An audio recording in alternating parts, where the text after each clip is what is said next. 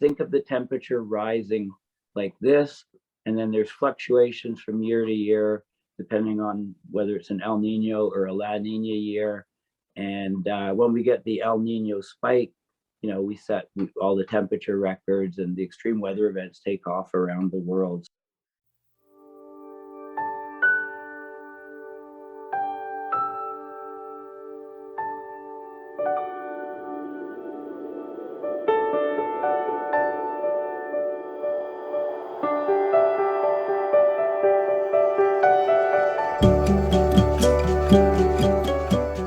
Hi, everyone, and welcome to another Climate Emergency Forum.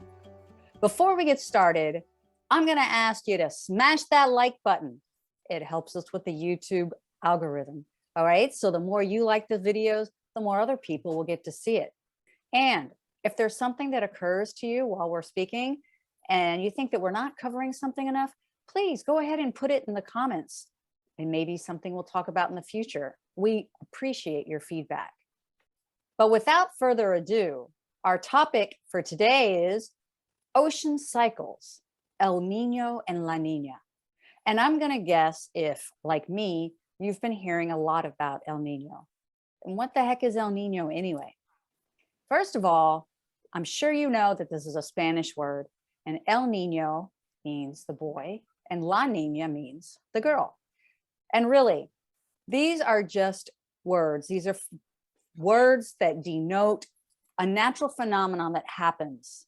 What we're talking about with La Nina and El Nino is a different phenomenon that occurs naturally in the climate cycle.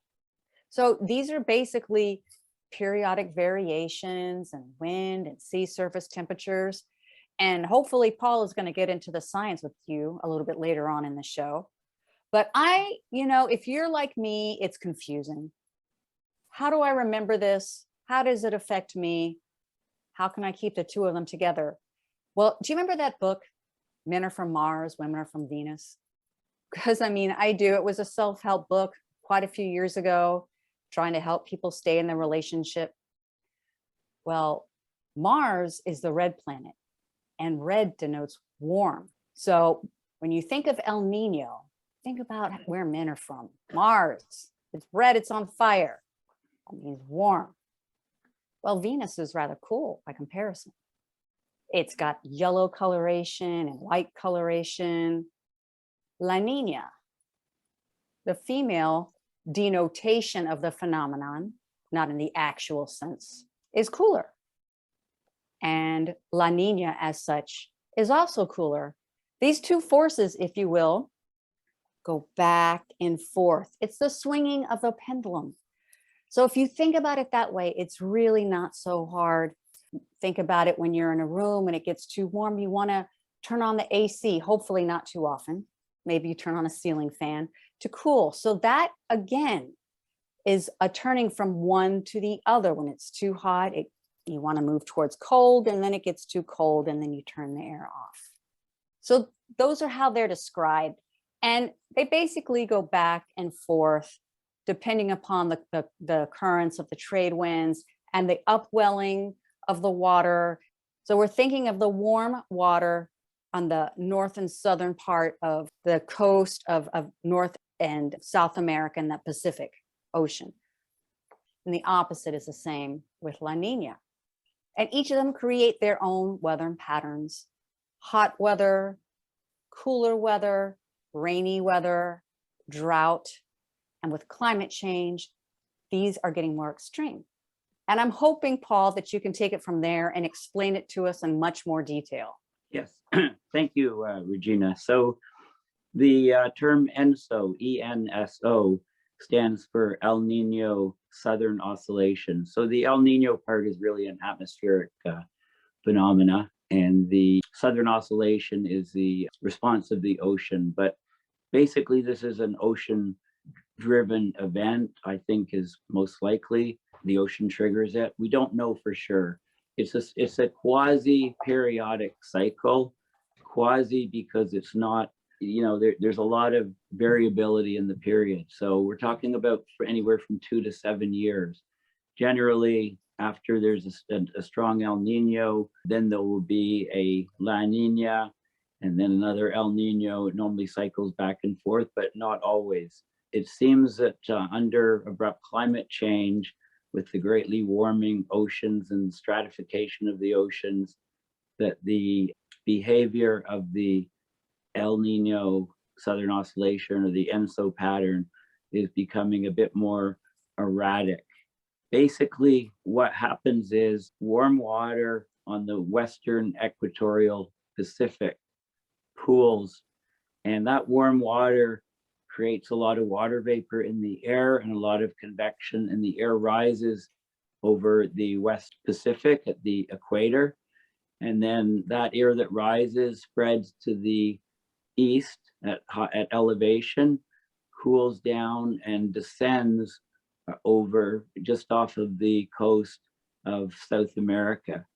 It descends down, and then to complete the cycle, the winds then head to the west along the surface, and we call those trade winds quite often.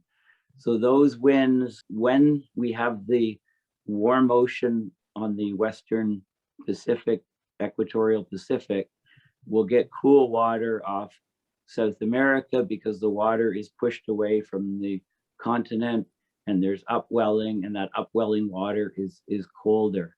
So that generally happens. That cycle is called Walker circulation. Now, what happens when enough water, warm water, builds up in the Western equatorial Pacific? Once it's triggered, and we're not exactly sure of the trigger, maybe it's just the huge, vast amount of warm water, not just at the surface of the ocean, giving high sea surface temperature, but over, to great depth as well. That warm water eventually builds up enough, and then it sloshes eastward across the Pacific until it makes it all the way to the coast of South America, bringing very, very warm surface water and water at depth. Then what happens is you don't get that. The Walker circulation greatly slows down because you don't have all that convective uplift on the Western Pacific. So that means that because the Walker circulation slows down, the trade winds really, really slow down, and they're no longer pushing that warm water to the west. So it can come right across the equatorial Pacific and pile up off South America. And that's the very powerful El Nino phase. Then when the system reestablishes itself after the heat is released from the ocean to the atmosphere, that's the biggest thing. So we set global temperature records in the atmosphere when there's very powerful El Ninos, because the global average temperature in the atmosphere can be 0.3, 0.4 degrees warmer than it would be without the El Nino. Then, so after that energy is released from the ocean, then the cycle repeats. The warm water starts building up again in the West Pacific. We can sometimes go to just a neutral state and not have the La Nina appear at all. But generally, the La Nina does appear, and then the equatorial Pacific to South America is very cold. So obviously, this affects where heat is released and absorbed on the surface of the planet. We know over 93% of heat is absorbed into the oceans. And like I said, the ocean surface warming, and we know that the ocean currents are also changing. I talked about the AMOC, the Atlantic Marindal Overturning Circulation Pattern. So the ocean currents are changing, the oceans are warming, they're becoming more stratified. And these things seem to be having an effect on this cycle. And some people think we might head into a perpetual El Nino-like state. But what is interesting is the last several years, we've had a very powerful La Nina. Okay, so if you go on Earth Null School and just look at the sea surface temperature anomaly in the Pacific Ocean, you see very cold water extending all the way to South America. So this is ongoing. It's been several years now that we've had this state, which is very unusual. It could set a record length.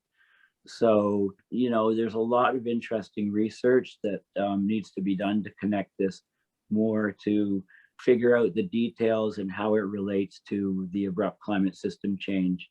But it definitely has global effects on rainfall, heat, and drought around the planet. So for example, if you're in California and there's a strong El Nino, you generally get very, very heavy rains and landslides, mudslides on the west coast of California. If you're on the East Coast and there's a La Nina, you get more hurricanes. So you need to look at the global maps of where you are to see the effects on your location. But in general, the El Ninos are about up to 0.3 degrees warmer than normal, and the La Ninas can be the opposite, cooler than normal. And that's on top of the climate change warming. Thank you for helping us understand that a bit more, Paul. I'm just a quick question, because I want to hear what Peter has to say, but just, is El Nino more problematic for us than La Nina? In the Northern Hemisphere, generally, really depends on where you are, but we generally think of El Nino leading to more extreme weather conditions, more torrential rains places, leading to flooding and lots of damages, say, also in the Southern Hemisphere. Generally, La Nina is a tamer sort of thing. El Nino is a big factor. And you probably are familiar with the report saying that, the chance is 50% that we'll break the 1.5 degrees Celsius guard band in temperature. And that's basically in the next 5 years. What that is basically saying is that they're expecting that we'll have a strong El Nino in the next 5 years, and that will push us globally over the 1.5 for the entire year. In past El Ninos, it's pushed us over the 1.5 for a month at a time. Generally, the February, March months have reached those sort of temperatures, 1.5. And again, depends on what baseline you use. They typically use a baseline of 1880 to 1910. Wow. Yes, I did read that. I'm sure most of people watching have read that about us surpassing the 1.5. I know this is a topic that's near and dear to Peter's heart. And Peter, I'd like to hear what you have to say about El Nino and its effect on the planet and the climate and our oceans and our world. Thanks, Virginia, and thanks for explaining the processes and systems so well, Paul. So the last big El Nino was 2015, 2016. And the Southern Hemisphere, the populations of the Southern Hemisphere were hammered severely. As Paul mentioned, there's increased flooding in Western North America and some increased heat in various regions. But in the Southern Hemisphere, a huge region of Southern Africa was hit by drought and heat. India and Pakistan were hit by drought and heat. Just imagine that they're right now, what is actually their maximum summer, they have unprecedented heat and unprecedented drought as well. Australia was hit by heat and drought. Vietnam, Laos, those regions were also hit by heat and drought. So the impacts on the Southern Hemisphere were vast and wide. These are huge, huge geographical regions in which the temperature was altered severely. And then Paul's already mentioned there was increased flooding in southern South America, but in northern central South America, again, there was drought and heat. So we really should be afraid of the fact that global surface temperature is increasing rapidly. We should also be very apprehensive of the fact that although we've been in this cooling La Nina for 3 years, we are still at 1.2 degrees C. That's the global temperature increase, which is big, big, big. And so we're going to be at 1.5 by 2030. So imagine another big El Nino like 2015-16 on top of our rapidly increasing global temperature. We're going to see unimaginable catastrophes across, presumably, the Southern Hemisphere. Vast regions, huge populations. 60 million people in 2015-16 were impacted severely with regards to their food and water security. A lot of suffering. I want to mention some recent research. The most important research that I can remember came out in 2017. And that found that under a likely emission scenario in which we're on, El Nino frequency will increase along with global warming. So all the time we're increasing the global warming, which we are by pouring out greenhouse gas emissions, the frequency of El Nino will keep increasing. And their models projected that at 1.5 degrees C, the El Ninos will be double the frequency that we've been seeing. So that's absolutely huge. The thing that really interests me particularly is watching the global temperatures, but also watching the atmospheric CO2 concentration. And there we see absolutely sudden dramatic changes. So the other big El Nino was 1998 or so. And in both cases, within a year, atmospheric CO2 increase jumped up. Give you an example, in 2013, the increase rate, the growth rate of atmospheric CO2 in a year was about 2 parts per million. Then in 2015, it jumped up to 2.95 parts per million. In 2016, it was over 3 parts per million. That's a huge, huge increase in atmospheric CO2. And that's attributable to the carbon cycle changes of the El Nino and particularly widespread fires. And we've got fires bad enough already. So you can imagine what's going to happen with El Nino and the Amazon and the tropical rainforest. The increase of temperature that Paul's already mentioned, that's really dramatic as well. It goes up by about 0.1 degrees C in a year with an El Nino. So in a decade, our global temperature is increasing at 0.2 degrees C. So we got this huge, huge sudden jump in global temperature as well.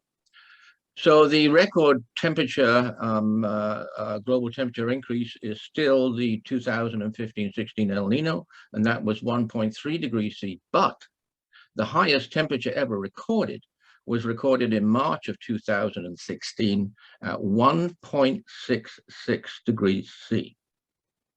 So as both Regina and Paul have mentioned, we're looking at a higher degree of warming very, very soon.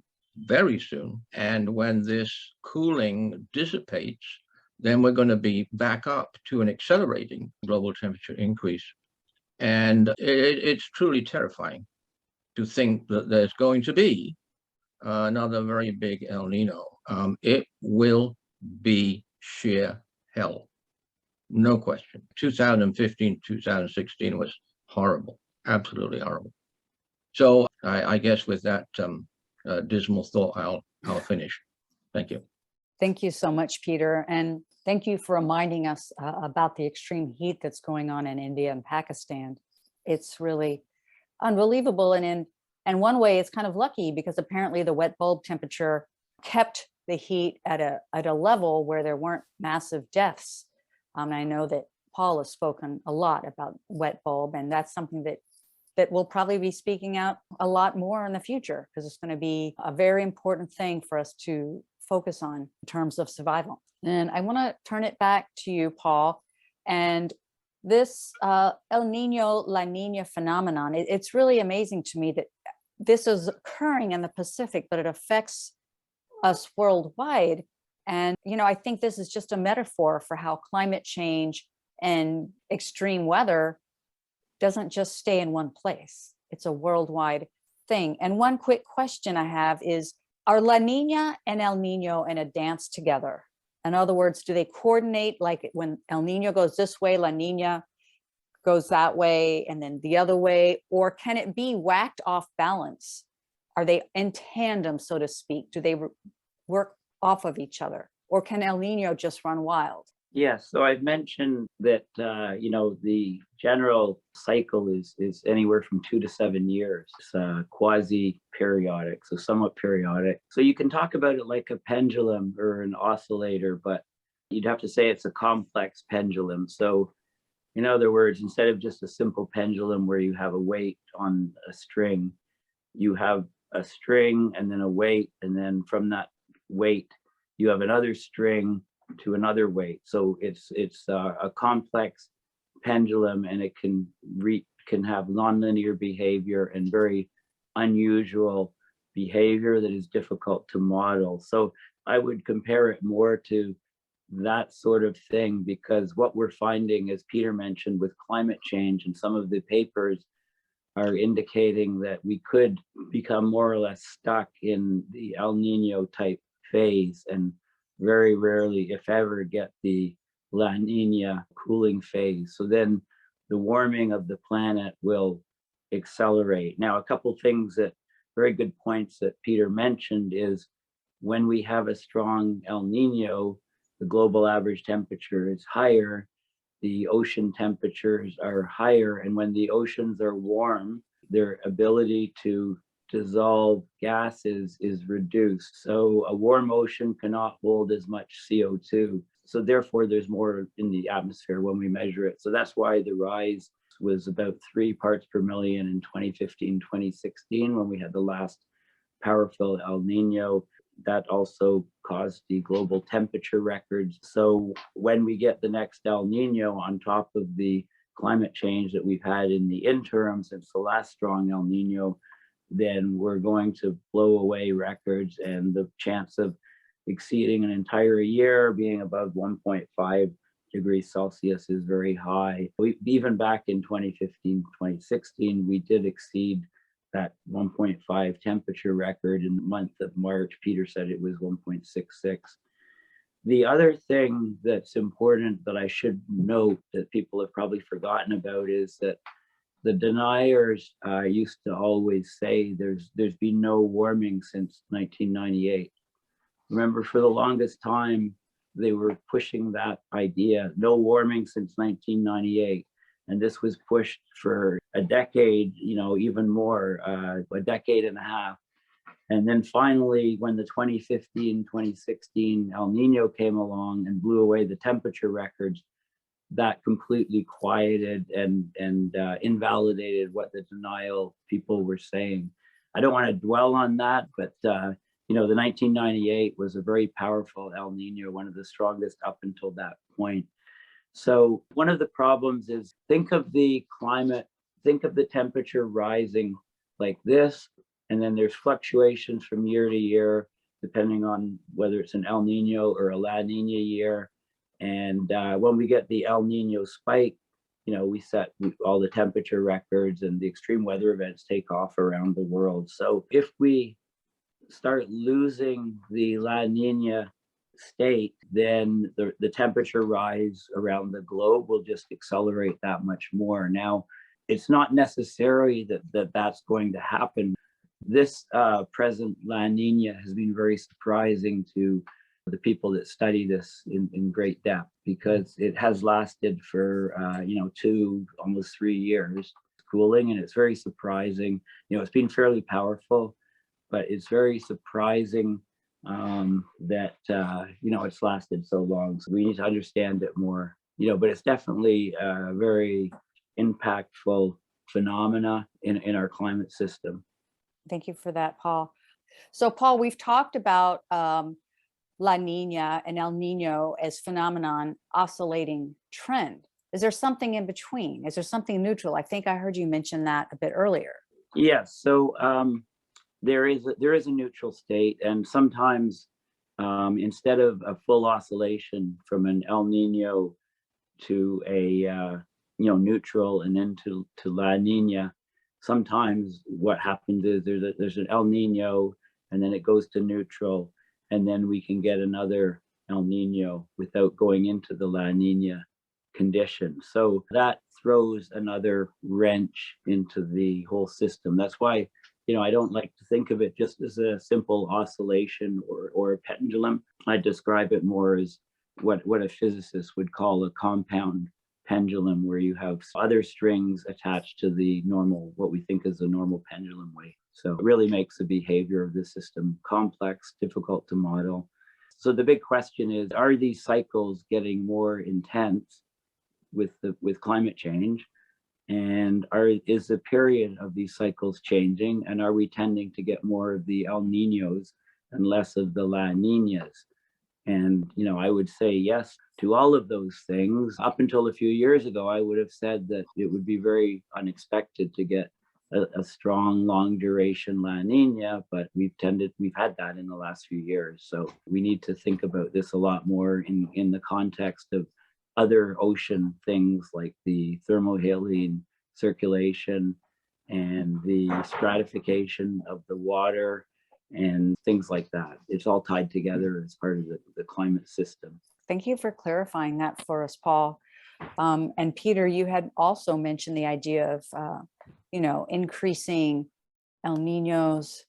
I mean, we've got the warming already built in, but then add to that maybe less La Nina, maybe, some neutral times and greater El Nino. And I think you were on that path, explaining to us what that could mean for the future. Well, we all hope that with these programs that we're doing, we all hope that our governments are going to start taking global climate change, global warming, global surface heating, and the inevitable more El Ninos, where we are hoping to God that they're going to start taking this seriously, because clearly our governments are not doing this at all. So the biggest thing that's driving us towards catastrophic El Ninos on top of accelerating global warming is our own governments. So that is the worst, strongest driver towards climate catastrophe, because they're not taking this seriously at all. They're continuing to subsidize fossil fuels. Even the European Union, their fossil fuel use and their emissions have already increased above the pre-COVID 2019. So that would be my wish. I want to mention again, though, what we will expect with the El Nino. In the 2015-16, there were 3 massive forest fires burning across the globe. The Amazon fired up a lot more. The forests of Central Africa were also burning, and in Indonesia, those fires which we're used to, they flamed up a lot higher. Now, right now, land carbon sink is at least beginning to switch. With the next El Nino, we're going to have the forests being a huge source of more CO2, not a sink. They're going to be a huge source. So we're going to see this big jump in atmospheric CO2, much greater than the last El Nino. And so the global temperature increase will almost certainly be even more. We've got to get this across to those damn governments of ours. Thank you. We're running out of time. So what does it take? One wonders, what does it take? It seems like people don't move until forced to move. But the difficult thing is, in this situation, if we decide to move when we're forced to move, well, by then it may be too late. So before we close, I'm just wondering if you have anything else to add, Paul, on this topic. I know it's one that's near and dear to your heart. Yes, so I mentioned that we have a temperature rise from climate change, and then we have the fluctuation on top of it from the La Nina, El Nino. And there's a lot of questions as to whether the El Nino fluctuations will end up going higher and last longer, or, occur more often as opposed to the La Ninas. But one thing to remember is that the climate system is tightly coupled. There's lots of different systems that are reliant on other systems. And the risk is that, a very powerful El Nino, long duration El Nino, breaks other parts of the climate system. For example, causes tremendous fires in the Amazon, completely destroying its ability to absorb carbon when the El Nino passes, right? So then we would have some irreversible, at least on short human timescales, breakage of the system. Or if you think of the oceans, the next very powerful El Nino can cause enough sea surface temperature warming, say in Australia, to completely finish off the Great Barrier Reef. And then when the El Nino year passes, there's no barrier reef left. right? So, these sort of fluctuations on top of the ongoing rapid climate change are very, very concerning and very, very risky for damaging huge systems that are necessary, like the coral reefs or the Amazon rainforest. Yes, you bring up very grave repercussions from this. And I think it's fair to say that we're all witness to something very historical on our planet, something that our species hasn't seen before, but definitely something that we've had a lot to do with. Thank you for bringing up feedbacks, and thank you, all of you, for staying with us during this topic. And what did we leave out? What would you like us to add? What do you have to add? We would love to hear your thoughts, so please leave them in the comments. We always love to read what you have to say. Like, subscribe, and share, and we'll see you next time on the Climate Emergency Forum.